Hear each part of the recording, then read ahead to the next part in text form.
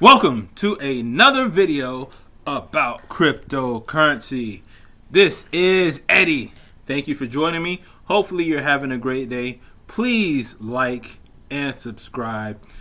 Now, today's topic is going to be talking about private keys and the ability for the government to freeze or remove your coins. Specifically Bitcoin, but this is applicable to any cryptocurrency that you may like. All right, so what brought this about? Okay, so I'm seeing a lot of videos and tutorials and promoters talking about how Bitcoin is censorship resistant. Now, this is simply not the case. This was not Bitcoin's intentions as it was placed or set forth in 2009 when it was released. Okay? Now, I talk about how changes have been made to Bitcoin and therefore it cannot be called Bitcoin. What am I talking about? What I'm talking about is the mantra of the your keys, not your coins, which is complete bullshit. Just because you have your private keys, the government can't take your Bitcoin away. All right? And in this video, I am going to show you how this can be done. Okay? But first, we need a little backstory to understand everything. Let's start with the Bitcoin alert key. Now, the Bitcoin alert key was a process or protocol that was added to Bitcoin in 2010. And the Bitcoin alert system was a method that miners and basically anyone could use to alert people that their Bitcoin has been stolen or has been compromised. So the alert system, the alert messaging system, it would basically allow a miner or a user to message other miners and users to let them know that, hey, this set of Bitcoin is stolen and we need to freeze this specific wallet or address. Okay, so that is the alert messaging system that was introduced to Bitcoin in 2010. However, in 2016, that protocol was removed from Bitcoin, which made Bitcoin not Bitcoin. And I'll get into this in just a moment. But let's take a look here. On GitHub, on the Bitcoin GitHub, remove P2P alert system, number 7692. And we can see that this completely removes the P2P network alert messaging system. However, internal alerts, partition detection warnings, and the alert notify option features remain.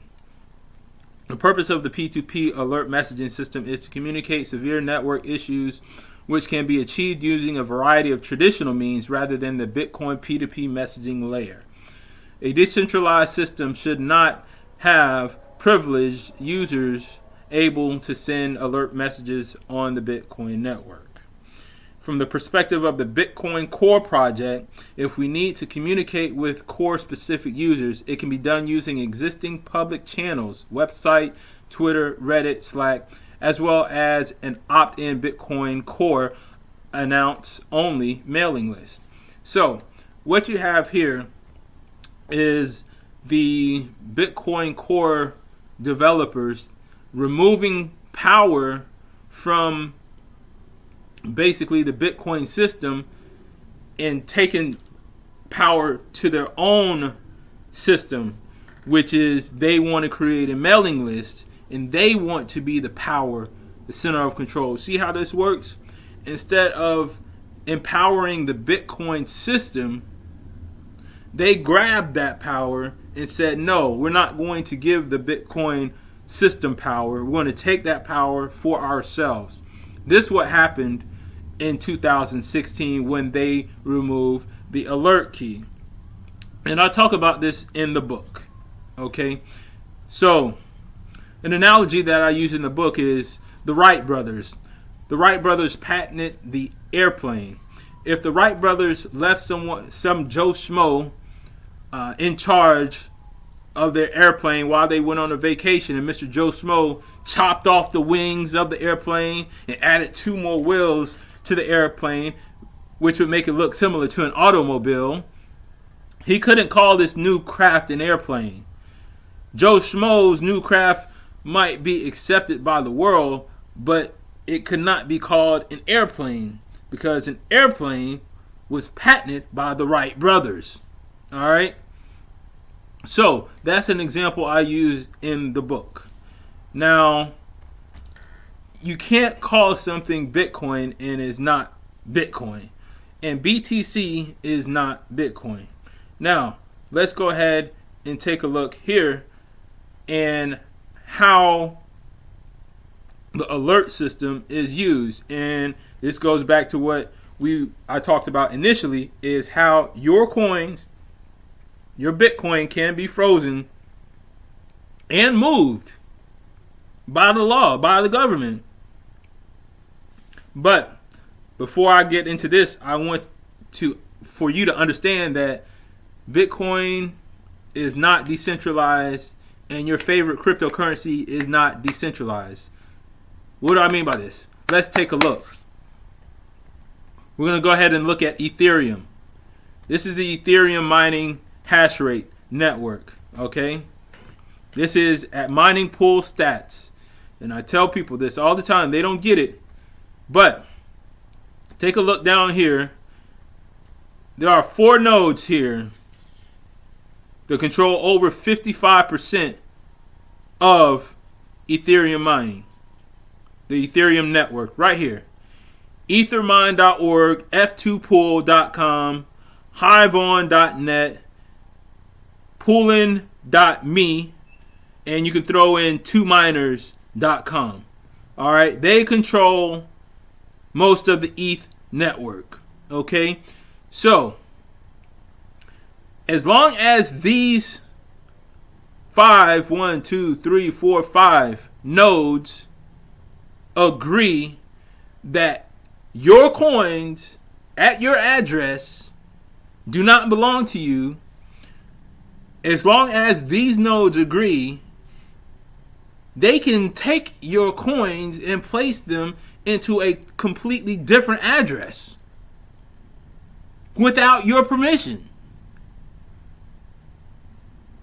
Okay? If you're a criminal and you've stolen somebody's coins, I don't care if you have your private keys or not. If these nodes, which control more than 50% of the network, says, hey, these coins that are at XYZ address need to be moved to ABC address, and that transaction is broadcast, your coins are gone. Your coins are gone. Period. There's nothing you can do. Fuck your private keys and all that bullshit. It's gone. As long as these 5 nodes agree, your coins are gone. Alright? Same with Monero.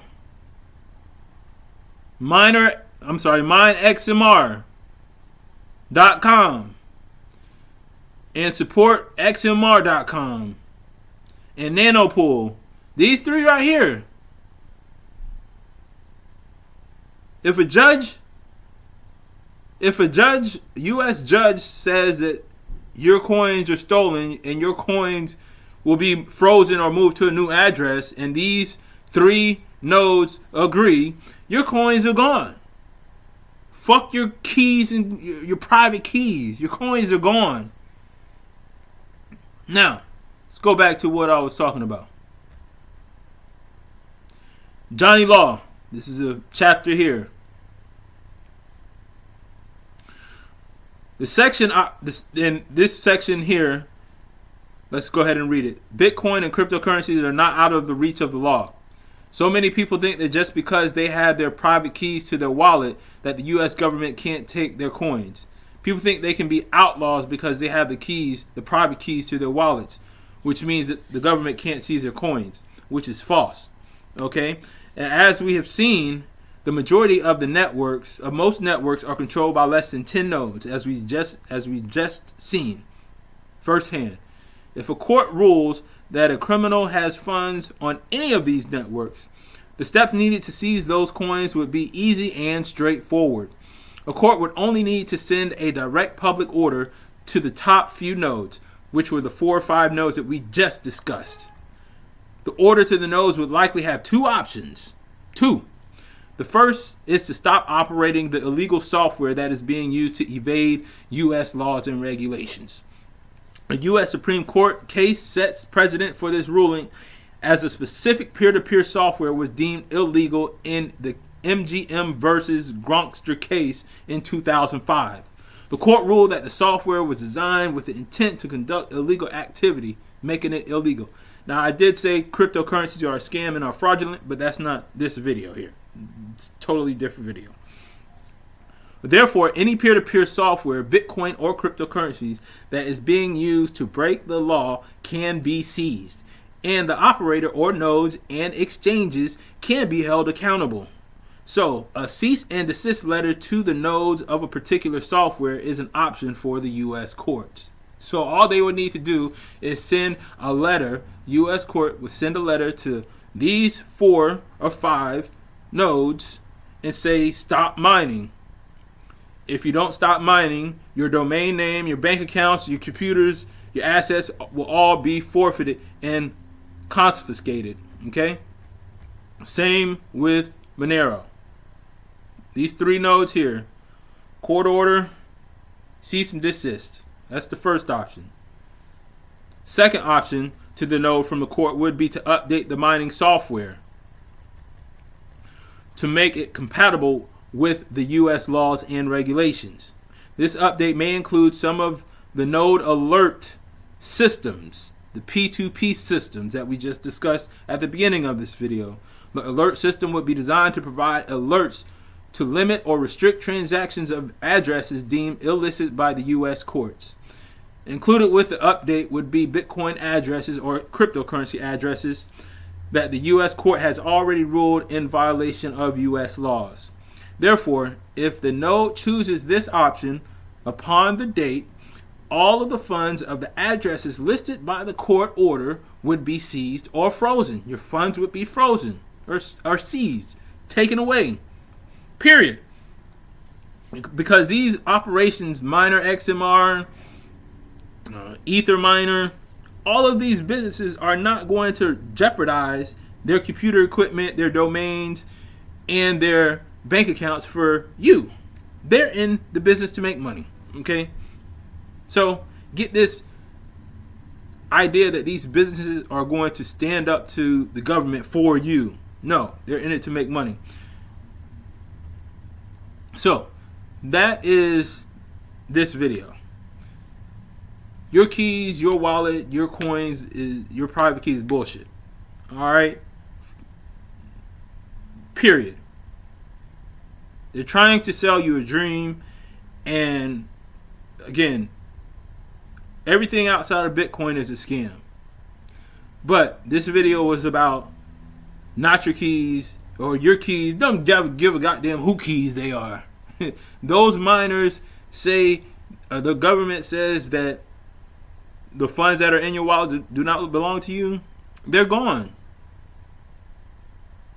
In the story, who cares where your private keys are? under your bed, under your mattress. They're gone. All right?